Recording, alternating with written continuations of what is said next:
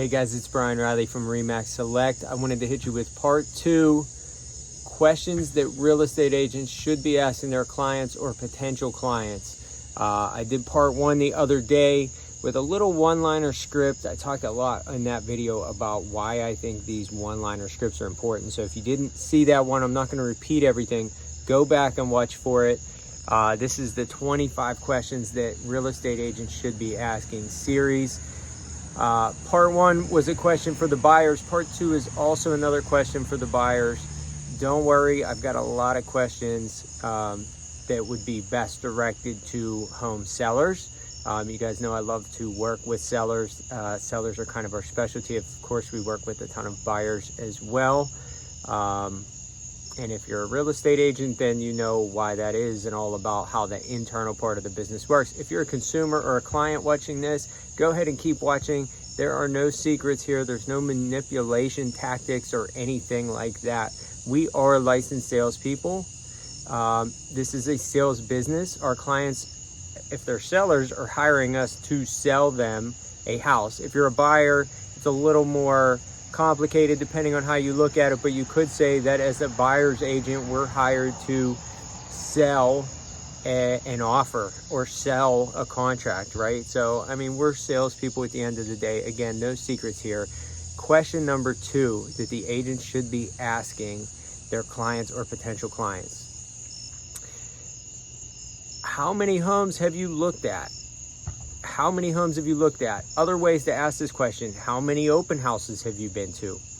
How long have you been looking at homes? How long have you been shopping? When would you ask this question? This is when it is great at an open house. It's great when you're meeting somebody new for the first time. Maybe they called on a for sale sign if you've got a listing, or maybe you're on Zillow or one of those things and it's somebody else's listing, but you got a lead, as we call it in the sales business. Again, this is a sales business. That's a sales term, but this is somebody who could be a potential client. Maybe they're not. You're going to find this out by asking, certain questions. This is one of them. This is an important one. How many houses have you looked at? How long have you been shopping? How many open houses have you been to? Are you going to any other open houses this weekend?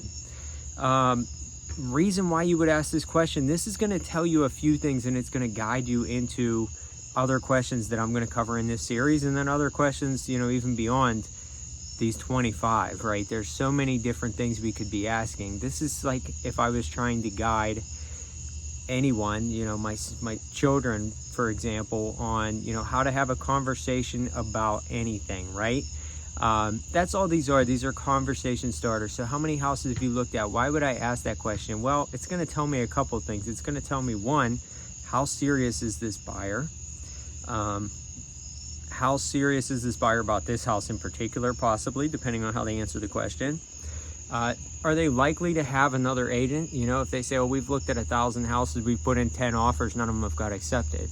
Well, if they've gotten to the stage where they're putting in offers, or even if they say they put in 2 offers or something like that, they've probably signed a buyer agency contract at some point, and they probably have an agent working with them. So I want to dig a little bit deeper into that.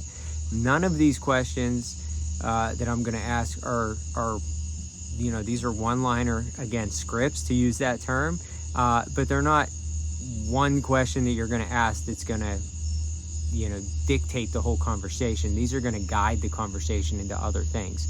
Reason why you want to ask these questions: you could just go up to that client or that person at the open house and say, hey, do you have an agent? Are you working with an agent? First of all, that's a little direct.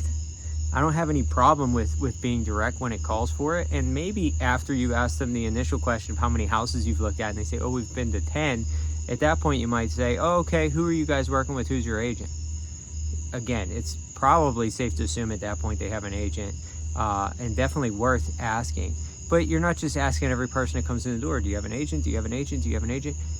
If you've done a lot of open houses, maybe you're a new agent, or maybe you've been in the business for a year or 2, you've been doing open house and haven't gotten anything out of it. Are you asking every person that comes in the door, do you have an agent? Does your sign-in sheet say right on it? I'll bet it does. Does it say, do you have an agent, yes or no? And they check a box. I guarantee you that most of the people that check that box that they have an agent don't actually have an agent. They might possibly know an agent or have worked with an agent. There's like a stray animal or something walking down the street. I was waiting to see an owner or a leash. What is that thing? I think it's just a cat. We had a coyote in the neighborhood the other day, so I'm a little nervous out here. Not really, but it looked like it was walking right towards me. Anyway, so you know, when you walk into a store and the salesperson or whatever says, "Can I help you? Do you need anything?" You say, "No, I'm just looking," right? That's like an automatic default response. When you walk into an open house and they say, "Do you have an agent?" The clients, you know, the first time they may answer genuinely, and then when their phone starts blowing up and their email starts blowing up, they go, "Oh, okay, I get it. They want to be my agent." Well, I don't really want an agent. That's why I was going to open houses in the first place. I still don't really know how the process works. Let me find a house first and then get an agent. And they keep going to open houses, and then more and more agents are blowing up their email and blowing up their phone and sending them text. And then they realize, well, wait, if I just tell them that I already have an agent, about half of them will stop doing that, if not more than half, right? But they maybe don't really have an agent, or maybe this isn't their first home, maybe this is their second home, and they had an agent that they worked with in the past, but that agent doesn't even know they're out shopping. They haven't talked to that agent. They don't even know if they're still in the business. I've asked that question or some variation of that question, and then asked them, "Oh, who is your agent? What's their name?" And they're like, I can't even remember. What was her name or his name? They were with, Remax. Oh, okay. There's 300 Remax Select agents in Pittsburgh, plus all the other Remaxes, so that narrows it down. But point being, if we're going to be able to help them, then we need to know how we can help them. And it's not just to find out if they have an agent, but again, going back to that question of how many houses have you looked at? Maybe they've looked at 100 houses. There's other questions that we can ask, some of which we'll go over in this series, but I'd like to know why they've looked at 100 houses and they haven't found the right one yet. Are they just open house shopping for fun because they're not even pre-approved? That's another one that we're going to go over for sure. Are you pre-approved? How many agents are stuffing that one down people's face the first time they meet them or talk to them over the phone? Are you pre-approved? Are you pre-approved? But maybe they say, "This is the first house that we've looked at, actually." Okay, great. So has anyone taken the time to go over, and I don't want to give away the next script or one of the next scripts, right? But you're going to guide the conversation in a certain way that's going to be tailored to their needs and how you can best help them, because this is about them. Any good sales business is. The other thing with scripts is they're not just all about sales. Scripts actually come into play in customer service positions, in customer service jobs, in customer service companies, right? So if you don't think of yourself as a salesman, how's your customer service? Do you think of yourself as somebody who offers good customer service? Well, then you probably have scripts. When's the last time you called any business and you got the customer service person on the other end of the phone and they didn't sound like they knew what they were talking about, or they sounded like they weren't expecting any call, or you just got no confidence from them that they were going to be able to help you because they didn't sound like they've done this before, like they knew what they were talking about.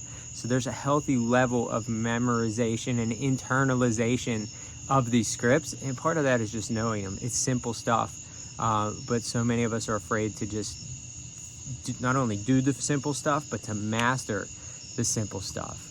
Master the simple stuff, like asking these simple questions and watch what it does for you in your business. See you guys.